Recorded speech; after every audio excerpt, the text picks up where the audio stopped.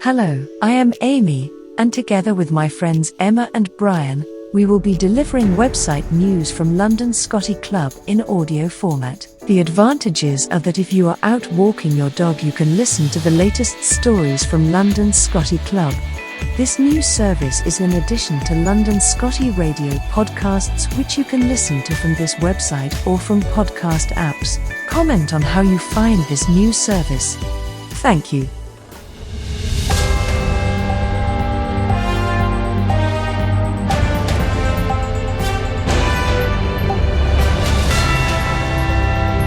Playing online and on smart devices. Now on London Scottie Radio, it's podcast time. I'm George Matlock.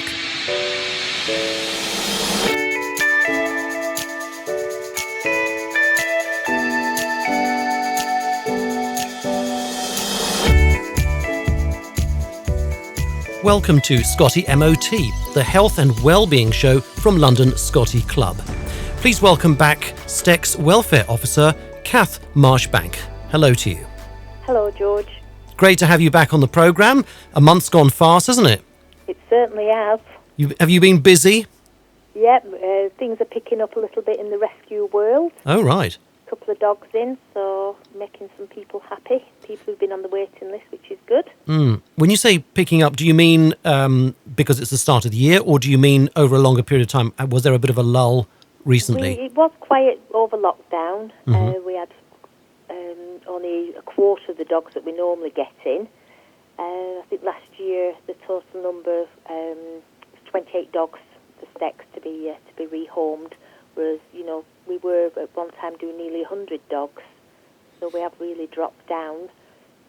But things seem to be picking up. This quite a few phone calls, a few leads. So Yeah, pardon the pun, leads, right. Yeah, keep us going. So I guess, I would just like to ask you on that. I presume that, in a way, lockdown meant that because people were at home, people were more likely to hang on to their Scotties, to put it bluntly. Yeah, and I think more people were going out buying dogs, so if a Scottie was advertised looking for a home, it was immediately snapped up by somebody on the internet. Quite a few puppies were bought in lockdown. People taking a big risk not seeing the puppies with the parents, with the bitch, which is by law that the pup should be with the mother of the litter. People paying money over the internet, £500 deposit, and then paying the balance when the pup's delivered to the front door. Now, these pups, unfortunately, did not have the best start. We're seeing quite a lot of behavioural problems, socialisation problems in some of these dogs. So, right. We've got our work cut out to try and fix these problems, what some people are having. Yeah, we certainly heard there was a surge in demand for Scottie puppies, and indeed all canine puppies during lockdown. As more people stayed at home, they felt they had the conditions in which to look after a dog. But it seems as though it seems to me anyway, that people were less likely to give up their dogs because they were at home and they had lockdown in effect. Yeah, they were during the lockdown, but now people are going back to work. Flight paths and things are opening up, chances to go on holiday. Yeah. So we are seeing an increase in the dogs coming in now. Right. Luckily for us, not so much with the Scotties, but other breeds, they're really inundated.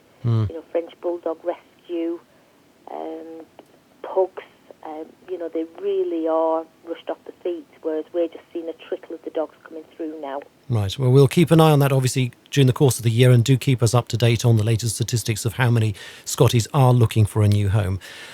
Right. So, Cath, on to our first question, straight out of the mailbag. Scottie MOT, for those who don't know, this is the programme where you, the Scottie owners, can send in your questions. You can send in photos, even short video clips, so that it will help our experts to look at the situation, what's wrong with your dog, and perhaps we can give an answer. We're not promising, however, to give an answer, I should say, because neither Cath nor Jackie, who alternate on this programme, are qualified vets. If you are in any doubt, you should certainly consult a vet. I think that's always something we have to remind people of, a little health warning there. But onto the mailbag. And Cath, the first question then suggesting, well, making me feel a bit scratchy, to tell you the truth. A listener wrote in to ask our Scottie MOT experts, should we give anti-flea tablets to dogs all of the year through? What do you think, Cath? It is recommended by the manufacturer that depending on the product that you're putting on the dog, whether it's drops on the neck or whether it's a tablet form, the manufacturer of the medication states to give all year round, to stop any fleas getting onto the dog and also preventing ticks. But personally, I tend to only treat the dog springtime, late spring, just before summer, if there's a dog prone to fleas, or certainly if the dog has got a flea on it. Now, I'm one of those people, I know straight away if my dog's got a flea because the fleas will jump on me and eat me alive. I've got that good blood. And talk about itch, as soon as if I've been bitten, come up in a big red mark and it itches like crazy. I presume you're a rare blood group then, and the connoisseur fleas know this. That's it, and just tasty for fleas and midges and mosquitoes. I was going to say mosquitoes, the other one. So you want to be careful when you travel to some parts of the world where there's, of course, a prevalence of mosquitoes. Oh, definitely. Yeah. Big right. scars to prove it. Not very nice. They love me. Yeah. Now, a lot of people have got very common blood. I don't mean that in a bad way, but have got much more, shall we say, less sensitive blood and less likely to have the flea jump onto them. So, what would be your advice to them? Because you obviously have more of a sort of early warning system, don't you? That's it. Look at your dog. If it is itching, and if it is prone to fleas, if you have had fleas in the past or you keep getting fleas, you've got to look at the surroundings where the dog's living. Fleas love homes which are central heated, heating coming on, cools down a little bit, comes back on. So even during the winter, fleas will carry on living in the home, and so the dog's walking round onto the carpets and rugs, furniture, and it's a big cycle. The fleas are coming off the furniture onto the dog. Yeah. So if you have had a problem with fleas, you do need to fumigate the house. My advice is really with the dog beds, throw them away and start again with new beds, and to make sure that your dog is treated. And if I have had a dog which has had a bad batch of fleas, then I would definitely use the flea treatment and use it as per the instructions from the manufacturer. Now, some treatments are once a month, and what you need to do is also to make sure that the dog stays dry while that flea treatment goes on. So don't put the flea treatment on, then immediately give the dog a bath. If you're going to use a flea type shampoo, if the dog is infested, use the shampoo, flea the dog, let it dry, with the flea shampoo. Make sure the dog is bone dry, and then 2 to 3 days later, then put the drops on the back of the neck. Exactly, which is somewhere that obviously the dog cannot lick, because it is, after all, pretty poisonous stuff, right? It's toxic, so we don't want the dog to ingest this. Yeah, and also if you do have cats, make sure that you don't get the flea treatments mixed up. A dog flea treatment onto a cat can kill a cat.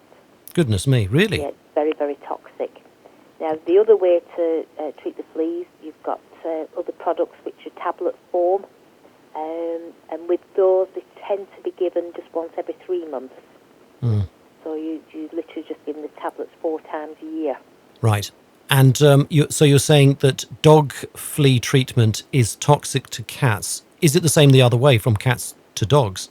Not sure on that. I've only known of a problem where somebody got the treatment mixed up, unfortunately, and the cat wasn't well, and it ended up passing away. Oh dear. So it was a very unfortunate thing. So it's something that I am always wary about. Right. If you are using the treatment, always wash your hands.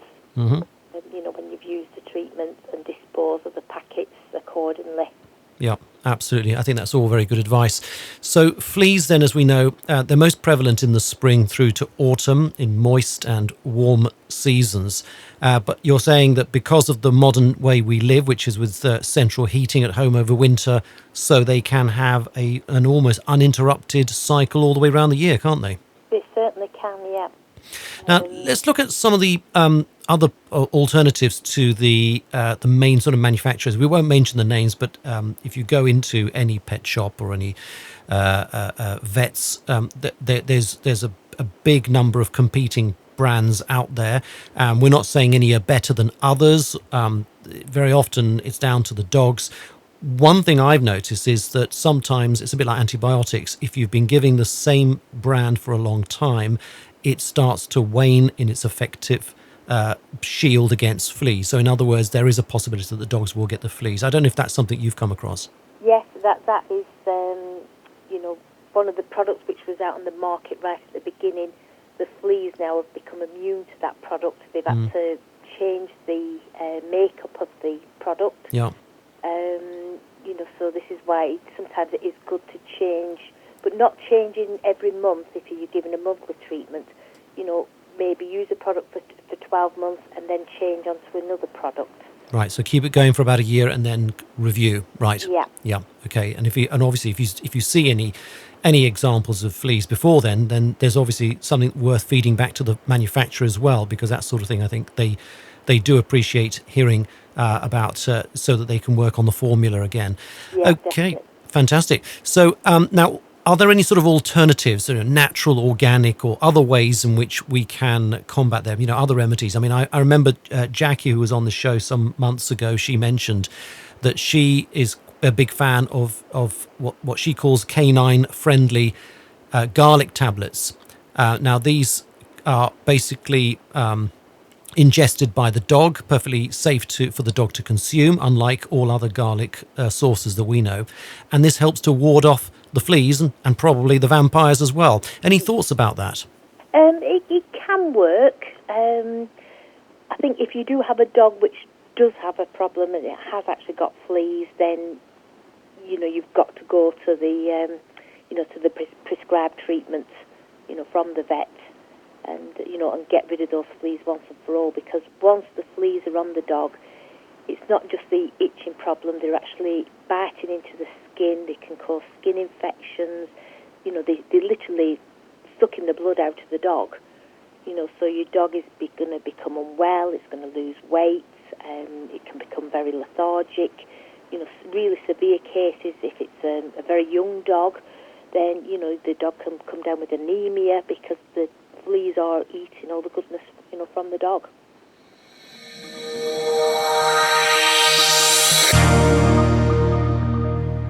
Okay, thank you for that, Cath. Now on to our next topic. Now this is one that I personally selected. We had some news that shook the Scottie world this week, on Valentine's Day, no less. We had earlier the same day marvelled in the latest photos of Gordon, the Wheaton Scottish Terrier. He was photographed in his pyjamas. How cute is that? We were avid fans of his latest photos. He's always on social media. And this is a dog that lived in Virginia, United States of America. Well, a few hours after we saw those photos of him in the pyjamas, we heard the news that Gordon, aged 11 years, had died of bladder cancer. What is particularly sad is that the owner, who has looked after Gordon and indeed earlier Scotties in the family, had never had a Scottie survive to age 9.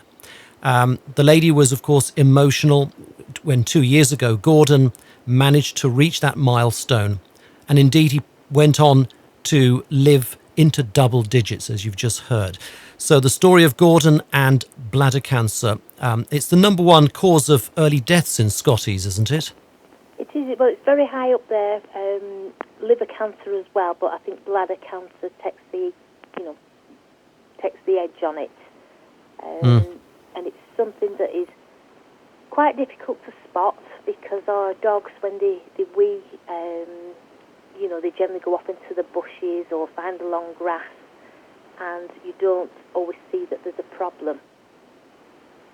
So the key thing is to, when your dog is getting up to 7, 8 years old, is to take it for an MOT at the vets, take a urine sample in, get them to check that sample, make sure there's no blood in it. Because generally the first sign of bladder cancer, of a transitional cell sarcoma, it is blood in the urine. Now, sometimes it can be just down to a bladder infection, and a long course of antibiotics will clear that infection up. But a lot of the times the infection keeps reoccurring, and the vets will say, oh, it's infected again, let's try some more antibiotics. Now, if the dog has come down third time, I would definitely be saying, look, let's do a scan. Let's see what is going on in that bladder. And more often than not, you find a thickening of the bladder walls, which is the start of the bladder cancer. And now, with most Scotties, the bladder cancer always ends up on the neck of the bladder in an inoperable spot, and eventually that cancer will grow and it blocks the bladder, so the dog can't pass any water. So when you're out walking your dog, just have get up close, have a look. It's always worth taking a piece of kitchen towel out, white piece of kitchen towel, pop it under the dog while while he or she's having a wee, and just have a look. Can you see any traces of blood in it? Right. Is the urine very, very dark brown? Because we don't always see the blood, but it can just discolour the urine. Yeah. And if that's the case, straight down to the vets and get it checked out. It's not always, as I say, it's not always the bladder cancer. It can be things like bladder stones, but unfortunately, with our Scotties, they are, predisposed really to bladder cancer. Yeah, yeah. So, and it's a very good point that you make there about checking the colour of the urine. So, obviously, urine should typically be a sort of a golden yellow colour, relatively light in colour, not sort of just off white. It is obviously yellow. Yeah. But what you're saying is, obviously, if there's blood in that urine, you can't see any red specks. It's not like looking at other things. Here, you're looking at literally it browning the colour of the urine. Yeah, and if that's the case, straight down to the vets. Some dogs if a bladder cancer is well formed, you'll actually see quite a lot of blood come out, into the wee. Once the dogs stop weeing, there will be blood coming out. And, sometimes if it's a bitch, you think, oh, she's coming into season again if she's an unspayed bitch. But, as I say, it's normally, if it's not, in season time, then it is generally, a nasty bladder cancer. Right. And apart from the colour of the urine, are there any other telltale signs at the start? I mean, frequent urinating or anything like that, or weird behaviour? Generally, wanting to go to have a wee a lot more, so the frequency, but also squatting or cocking his leg and no wee coming out, or just a little bit, walk on a few steps, cock the leg again, and again, just a little bit of wee coming out. And if that's the case, it's generally a little bit further on, is the bladder cancer. It's already formed and it's already starting to block the neck of the bladder. Now, is it true that Scotties particularly male dogs, tend to sort of cock their legs under any tree, and therefore it's kind of difficult because if they're doing that as a matter of, as a habitual thing, it might be difficult to tell that separate from a genuine case of early bladder cancer. It is quite difficult to spot, and this is why with a lot of people, when they say they've got a problem or they've found that the dog's got a problem, it is already well developed. Quite advanced, yeah. Okay, so we are looking for the tendency to want to wee, but nothing or not much coming out. In the case of whether it's male dogs, female dogs, presumably it's the irregularity of that's sort of the indicator, is it? Yeah. Right. Yeah. Okay. Well, thank you for sharing those thoughts with us tonight, Cath. I mean, today I'd like to very much dedicate this episode of Scottie MOT to Gordon's memory, and London Scottie Club will be looking to support research into canine bladder cancer in the hope that this rather prevalent risk can be wiped out for future generations of Scotties. We want something positive to be the outcome of this event. So, Cath, stay on the line. I'm just going to finally tell people about how they can get in touch if today's programme moved you. If you have questions that you'd like to share with us on Scottie MOT, I would just quickly tell you that if you've got a question for us, you don't even need to be a London Scottie Club member, although Lord knows why you wouldn't want to join. It's free of charge after all. You can send your question using our online form and attach a photo or short video if you think this will help us to look into your Scottie's problem. Just visit the dedicated page on scottie.scot. That's Scottie spelt with a double T-I-E, scottie.scot. And this show, we'll see you back in 2 weeks. So wishing you all healthy Scotties. Thanks for listening to London Scottie Radio. This and all our podcasts are available online at londonscottie.club. If you liked it, be sure to subscribe to us from your favourite podcast player app. Also visit us on YouTube for fun videos. And if you have a Scottish Terrier in London or nearby, be sure to join us.